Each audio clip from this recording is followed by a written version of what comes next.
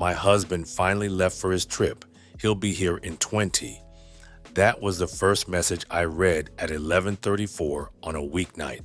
The phone was not mine. It was my wife's. And the message was not from a friend asking about plans. It was from her teacher friend across the cul-de-sac, married to the guy who waved at me every morning when I pulled out of the driveway. I watched the screen light up with 3 more messages in 90 seconds. By the time my wife came downstairs, I had pictures of 38 messages going back 4 months. I did not say a word. I want you to understand something before I tell you what I did next. I am an airline pilot. I have been flying commercial for 14 years. My schedule changes by the week. My flights get canceled by the hour, and I have walked into my kitchen at every possible time you can name. I am not the type of guy who panics. I am the type of guy who takes the picture, locks the phone, sets it back exactly where it was, and goes upstairs to brush his teeth. That is exactly what I did. The flight was supposed to land at 7 the next morning out of state. It got canceled at the gate. The kind of cancellation where you know, within the first 15 minutes, that you are not getting another plane that night. I made the call my wife was expecting once a month, told her I would be home by 11, and walked out to my truck in the employee lot. I walked in around 11:15. Her shoes were by the door, her bag was on the kitchen island, and her phone was face up on the counter, charging next to the toaster. She had gone to bed already. I would have plugged my phone in and gone upstairs, except hers buzzed twice while I was getting a glass of water. The notification preview was sitting right there on the lock screen. Listen, I was not snooping. I was standing next to the counter, drinking a glass of water at almost midnight, and the message preview was facing up at me. I read it. Then I read it again. Then I picked up the phone. She had left it unlocked while she charged it. That part was on her. I opened the Messages app and scrolled. The group chat was named with 3 letters and a heart emoji. 3 teachers, 3 women I had been to dinner with at least 9 times in the past 2 years. I pulled my phone out of my back pocket and started photographing her screen, message by message.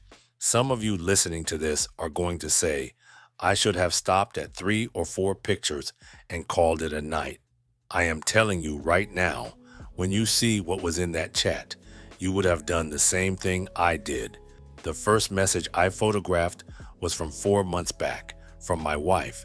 She wrote that her trainer at the gym had stayed an hour after her session and that nothing happened, but it almost did. The friend across the cul-de-sac responded with 3 laughing emojis, and the words, almost is the new yes. By the second picture, the friend across the cul-de-sac was talking about a man she only ever called the guy from the gym, and she was talking about him in a way you do not talk about anyone you are not sleeping with. By the 5th picture, the 3rd woman in the chat, the one with the boy who plays travel soccer, was discussing a divorced dad on her son's team by his initials and what he had done to her in a hotel parking lot the previous weekend. By the 10th picture, my wife was using a name I did not know for her gym trainer. It took me until the 14th picture to realize the name was the substitute teacher who had covered her class 3 times in the last semester, not the trainer, a different guy, the substitute. By picture 22, my wife had asked the others in the chat how they handled it when their husbands came home unexpectedly. The friend across the cul-de-sac said she had a script ready: doctor appointment, sick friend, sister visiting. My wife said she did not need a script. She wrote that I always called when a flight got canceled and that she always had hours to clean up before I walked in. She wrote, he is the most predictable man on earth. I would like to tell you I felt rage at that point. I did not feel rage. I felt the flat, cold thing you feel when an engine quits at altitude and your training takes over. You stop feeling and you start working the problem. I photographed to message 38 and stopped. 38 was where the chat got into specifics about money. The friend across the cul-de-sac complaining about how much she had spent on her trainer's supplements. My wife admitting she had paid for the substitute's car repair in cash, and the soccer mom laughing that she had to pay for everything because the divorced dad she was sleeping with got taken to the cleaners by his ex. In legal terms, they call these marital funds. In the moment, it was just numbers in a group chat, and I was reading them at 11:51 at night while my wife slept upstairs. I locked her phone, set it back exactly where it had been, and I went upstairs. She rolled over when I got into bed and asked me how the flight was. I told her it was canceled. She said, "That is too bad," and went back to sleep. Here is how I move through the world. When a flight gets canceled, I do not sit in the crew lounge venting about it. I call scheduling, find out what is next, and I get on with the day. This was the same kind of problem. I did not sleep that night. I lay in bed next to her and ran the order of operations in my head. Step 1 was the bag. I was leaving in the morning, and I was not coming back until I had a lawyer and a plan. Step 2 was the money. I had a buddy of mine who flew right seat with me for 6 years before he went over to the corporate side. His brother is a family attorney, 3 states north of where I live. Not in our state, but the brother knows people. Step 3 was figuring out which of the other 2 husbands I was going to call first and what I was going to say when I called him.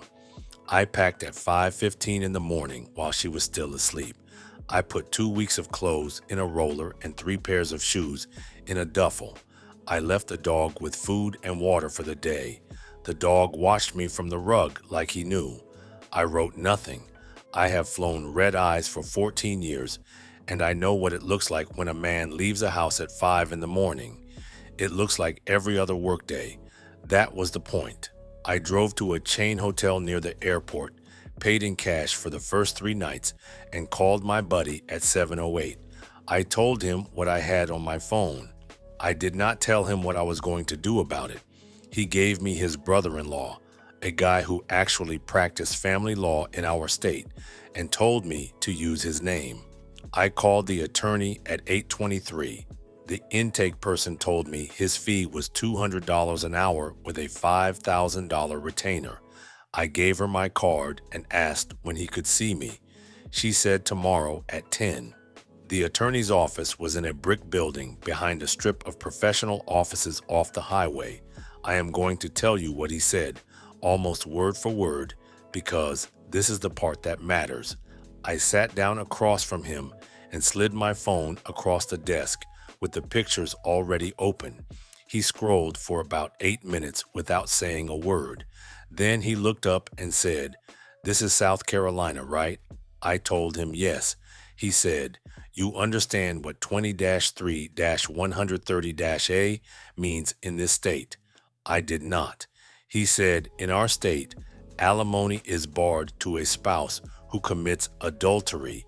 He said, "It is one of the only states left in the country where the bar is absolute, where the judge has no discretion to soften it, and where the cheating spouse walks out of court with 0 monthly support, no matter how long the marriage was." Then he said the harder part. He said the standard of proof in our state is clear and convincing, not preponderance, and that I would need to show both inclination and opportunity. He said inclination was the romantic disposition, the text, the emoji, the language about the trainer and the substitute. He said opportunity was harder. That meant the court needed to see times and places where the affair could physically have happened. He scrolled through my pictures again and said, "You have both." He told me I should not confront her. He said the same thing about telling her I had seen anything. The second she knew, the substitute would lawyer up, the trainer would delete his texts, and the divorced dad would suddenly have travel plans. He said, "Give me 3 weeks and a private investigator, and we file with everything you need on day 1. The private investigator was a retired sheriff's deputy he used. Flat fee of $3,800 for 2 weeks of surveillance and a written report. His business was actually getting off the ground. I wrote the check. The attorney also told me one other thing, almost as an aside. He said, in our state, adultery is technically a misdemeanor under Section 161560, up to a $500 fine, up to a year in jail, and that nobody has actually been prosecuted for it in modern memory. But he said the statute exists, and in family court, judges remember that the legislature still considers it a crime. He told me one more thing before I left. He said before we filed, I should make a copy of every joint financial statement going back 2 years, bank, retirement, brokerage, mortgage statement, the credit cards. He said the day she gets served, those statements start disappearing. He said cheaters do not steal smart, they steal in a panic. He told me to drive home that night, find the file box in the office closet, and walk every page through the copy machine at an office supply store. I did that. Here is the part I lost the most sleep over. The 2 other husbands did not know. Their wives were running the same playbook on them that mine was running on me, in the same chat, at the same gym, in the same school, in the same soccer field. I had to decide whether I was going to tell them. Some of you are going to say it was not my call, that they were grown men with their marriages, and I had no business showing up at their door with pictures of their wives' messages. Others will say I owed it to them. I went back and forth for 4 days. What I finally landed on was this: I would tell them, but only after I had filed, not before. If I told them first, one of them might confront his wife immediately, and the chat would go silent within an hour. My investigator would be left with nothing. My evidence would be the only evidence, and 3 women would coordinate one story. So I waited. The investigator worked for 16 days. He got photos of my wife meeting the substitute at a chain hotel parking lot, 2 state lines away on a weekend day she had told me was a teacher conference. He got photos of the friend across the cul-de-sac, entering and leaving the gym at 4:38 in the morning twice in the same week, when the gym was closed to members and the trainer had the keys. He got photos of the soccer mom and the divorced dad sitting in his truck in the back of an empty grocery store lot for 41 minutes during her son's weekend practice. I filed midweek.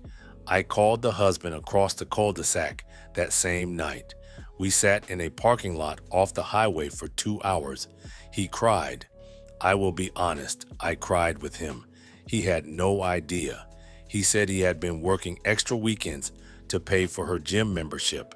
He had been the one to find her trainer in the first place. He said his wife had asked him just last month if they could try for a 3rd kid. He looked at me with the wheel between his hands and said, I'm going to throw up. He did not throw up. He just sat there for another 40 minutes without saying anything. He had bought his wife a $4,200 trip for her birthday 3 weeks earlier. I called the soccer mom's husband the next morning. He took it differently. He listened, said, I knew something, thanked me, and hung up. I learned later that he had hired a private investigator 3 months before my call and had been waiting for someone to bring him hard proof. He filed within a week. She came home from work on the day she was served. I was not in the house. I was 3 states away on a layover, sitting in the captain's chair on the ground in a city I will not name, watching my phone. She called me 14 times. I let it go to voicemail. I listened to the first message and stopped. She screamed for 2 solid minutes about how I could do this to her, how she had been a good wife, how the affair was over and had been for months. The affair was not over. The investigator had a photo of her with the substitute from the previous weekend. I texted her one line, I will tell you what it was, because it is the only time I spoke to her directly between the night I read the chat and the day we walked into court. I texted, The chat is in the filing. She did not call again. The hearing was 8 months later. My attorney walked the judge through the chat, the photos, the timeline, and the 3 witnesses he had under subpoena from the gym, the school, and the soccer club. He showed the judge the financial records, $14,200 in joint marital funds my wife had spent on the substitute over 4 months, a car repair, a deposit on a rental cabin 2 state lines away, a watch I had not seen on the substitute's wrist in any of the surveillance photos, but that showed up on her credit card from a jeweler. My attorney called it marital waste under Section 20-3-620B and asked the court to claw it back from her share of the marital estate. The judge agreed. He also applied the alimony bar under Section 20-3-130A. My wife had been a teacher for 11 years. A public school teacher's salary was not going to cover the lifestyle she had built with me, and she had walked into court asking for $4,800 a month for 10 years. The judge took 90 minutes to read his ruling out loud. He cited the statute by section number. He cited the case law back to a 1991 decision out of our state Supreme Court.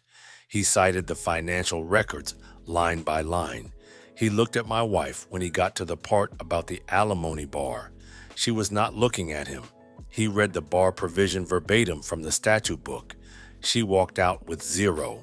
She also lost the $14,200 in marital waste.